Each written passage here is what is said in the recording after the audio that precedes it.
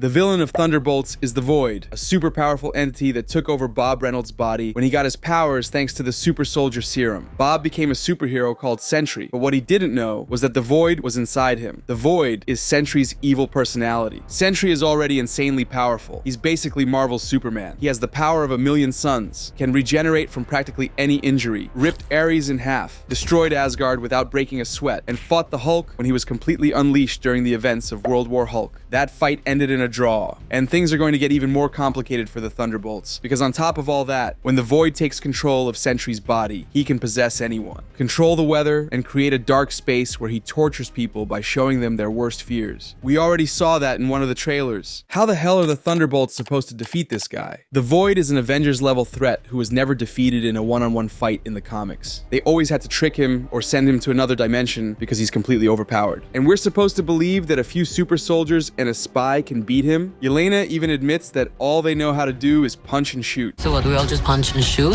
This sounds like an impossible mission, but there are 3 ways the Thunderbolts could defeat Sentry. The most obvious one is that they get help from a really powerful character, like Abomination or Red Hulk. These 2 could be the muscle of the team, and fans would accept seeing them as part of the Thunderbolts, because the internet was full of fan arts with these 2 as part of the group. Abomination redeemed himself at the end of She-Hulk, and is now training at Kamar Taj with Wong. It wouldn't be weird if he became an anti-hero and decided to help the Thunderbolts to prevent the Void from destroying the world. Ross is in a similar situation because he was put in prison after becoming Red Hulk. Most likely, he'll learn to use his powers and reappear soon as an anti-hero, just like in the comics. Between these 2, I'd go with Red Hulk. He's stronger than Abomination, he was one of the best parts of Brave New World, and Marvel could tie their projects together to generate hype. Everyone who was left wanting to see more of Red Hulk is going to be super excited if they see him in Thunderbolts. And Ross could become the leader of the group by the end of the movie, like he did in the comics. He would agree to work for the government in order to get out of prison and clear his name to reconcile with his daughter, which is what he wanted to do in Brave New World. There's no way he could become president again after destroying the White House, but people might accept him as an anti-hero if he saves the world from the Void. If people in the MCU could forgive Green Hulk, they can forgive Red Hulk too. Plus, the final battle could be a reference to the end of World War Hulk, when Sentry was the only hero left standing to stop Green Hulk. Except this time, Red Hulk would be the one stopping the Void. The roles would be reversed. Again, it's like poetry, so if they rhyme. Of course, if we get picky, Red Hulk wouldn't actually be able to defeat the Void in a fistfight, not even if he had the same strength as in the comics. General Ross isn't as powerful as the original Hulk, and that Hulk was defeated by the Void, who broke every bone in his body without effort, and left him out of action for several days. But most likely, Marvel will nerf the Void a bit, making him a villainous version of Sentry, with a power level similar to Homelander from The Boys. He'd be strong for MCU standards, but not as strong as in the comics. They could justify it by saying that the Void hasn't reached his maximum power level yet, because this is the first time he's possessing Bob. The longer he controls Bob, the stronger he can become, so they'd have to stop him as soon as possible, before he gets as powerful as he is in the comics. They could even bring back the Void in the next saga, making him more powerful each time, until all the heroes on Earth have to join forces to fight him. I would like to see that. This doesn't sound bad, but there's one little problem. I find it hard to believe that Marvel has managed to keep Red Hulk's appearance a secret. Maybe no one knows he'll show up in the 3rd act because they'll just use CGI instead of having Harrison Ford on set. But even if they did it that way, it would be a bit of an anticlimactic ending. The one who defeats the movie's antagonist would be a surprise character who only appears in the last 15 minutes, and not the Thunderbolts, who are the protagonists of the film. It would be like if Captain Marvel or Thor just dropped from the sky at the end of Thunderbolts to stop the Void. The fight could be amazing, but it would feel really weird. For the ending to feel earned, the Thunderbolts themselves have to be the ones to defeat the Void, even if it means using some crazy plot device. That's where the second option comes in. They'll talk some sense into him. It would be nearly impossible to reason with the Void, but they could convince Bob to take control of his body again and stop his evil personality. In this shot from the trailer, we see Yelena approaching the dark space created by the Void, and it looks like she's going to talk to him directly. I can totally see her trying to talk to Bob, and telling him that she understands him better than anyone, because she also suffered a lot during her childhood. But that's no excuse to become a villain or try to kill everyone. Yelena prefers to use the training she received as a Black Widow to make the world a better place, like her sister would have wanted, and Bob should use his powers to try to help others, not to hurt everyone like the Void does. Oh, that is so sweet. With all his willpower, Bob would manage to suppress the Void, taking back control of his body and deciding to become a superhero. Or if Marvel really wants to kill someone, they could mimic the ending of X-Men 3, and Bob could ask Yelena to kill him before the Void can hurt anyone else. I wouldn't rule out that possibility, given that the MCU is obsessed with killing all of its villains, but I'd much rather see the first option, because then we could see Sentry Sentry in future MCU projects, and the Void could return in a future saga to complicate Bob's life, just like he constantly does in the comics. There's just one little thing that doesn't quite convince me. The Thunderbolts need someone who can negotiate to redeem Bob. Someone empathetic enough to convince him to face the Void, like Sam Wilson did with Red Hulk at the end of Brave New World. But no one on the team has those traits. They're all blunt, few words people who prefer to solve everything with their fists because they don't know how to express their feelings. Maybe they learn to communicate better over the course of the movie, and Yelena manages to convince Bob, like I just mentioned. But if we're being realistic, the only one who could manipulate Bob is Valentina. This woman manipulated Yelena into trying to kill Hawkeye, convinced John Walker to become US agent, and manipulated Agent Ross in Wakanda Forever. She's the only character in the cast who could walk into a room with Sentry and convince him to do whatever she wants. If you know what I'm talking about.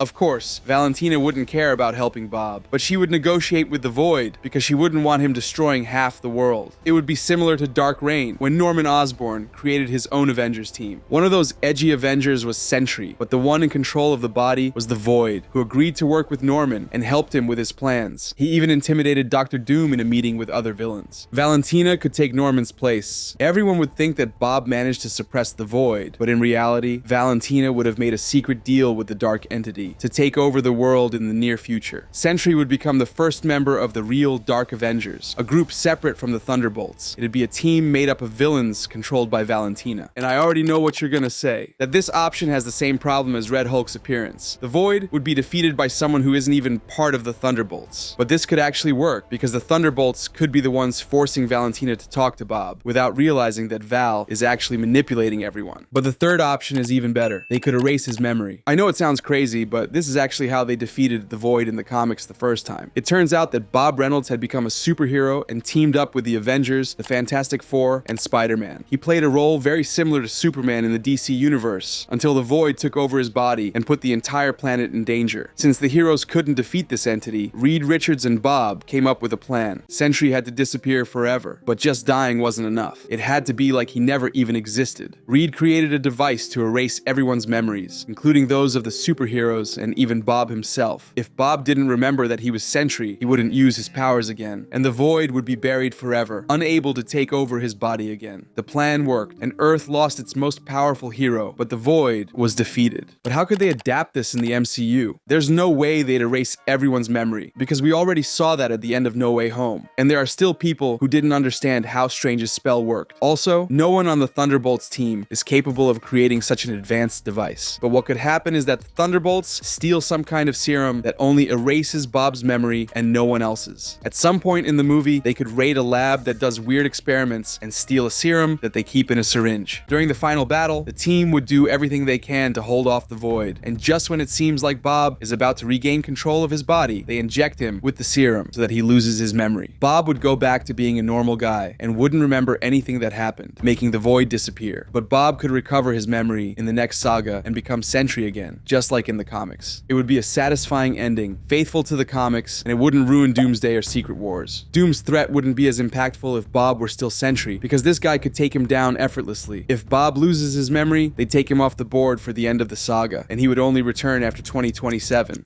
Or whenever Marvel decides to adapt Dark Reign. This is key, because they can't overshadow or take away the impact of Robert Downey Jr.'s return. That was a brilliant marketing move, but they have to execute it well. We explain how that could work for the best in this video over here. Get out of here.